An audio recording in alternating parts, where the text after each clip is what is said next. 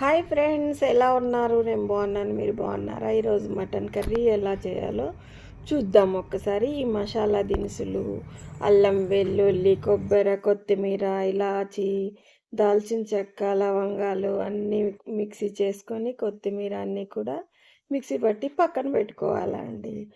బాగా గ్రైండ్ చేసుకొని పెట్టుకున్న తర్వాత మటన్ తీసుకొని మంచిగా వాష్ చేసుకొని ఒక 2-3 సార్లు, ఒక 4 సార్లు క్లీన్ చేసుకొని మంచిగా పెట్టుకోవాలి. తర్వాత కుక్కర్ పెట్టుకొని ఆనియన్స్, పచ్చిమిర్చి, ఆయిల్ వేసిన తర్వాత బిర్యానీ ఆకు వేసి అంతా ఏమో వేసి కడిగినటువంటి మటన్ రెడీ చేసుకునేసి దాంట్లో వేసుకోవాలండి. బాగా వేయించాలి. పసుపు, ఉప్పు వేసి పచ్చివాసన పోయేంత వరకు.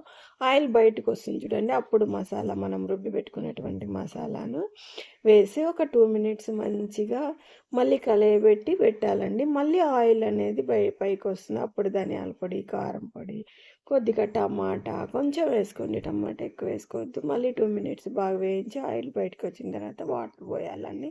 తగినన్ని వాటర్ పోసుకొని ఉప్పు చూసి కుక్కర్ మూత పెట్టాలి. తర్వాత ఒక 6-7 విజిల్స్ వచ్చిన తర్వాత ఆఫ్ చేయాలి. తర్వాత దించితే మటన్ కర్రీ రెడీ అయిపోయింది. చూసారా? మంచిగా కారంగా స్పైసీగా ఉప్పు చూసుకొని తర్వాత కర్రీని రెడీ చేసుకున్నాం కదా, చాలా బాగుంటుందండి. నేను రాగి సంగటి ఆల్రెడీ చేసేసానండి. రాగి సంగటి అండ్ కుర్మా, మటన్ కర్రీ చాలా చాలా బాగుంటుందండి. రాగి సంగటి ఇంకొక వీడియోలో చూపిస్తాను.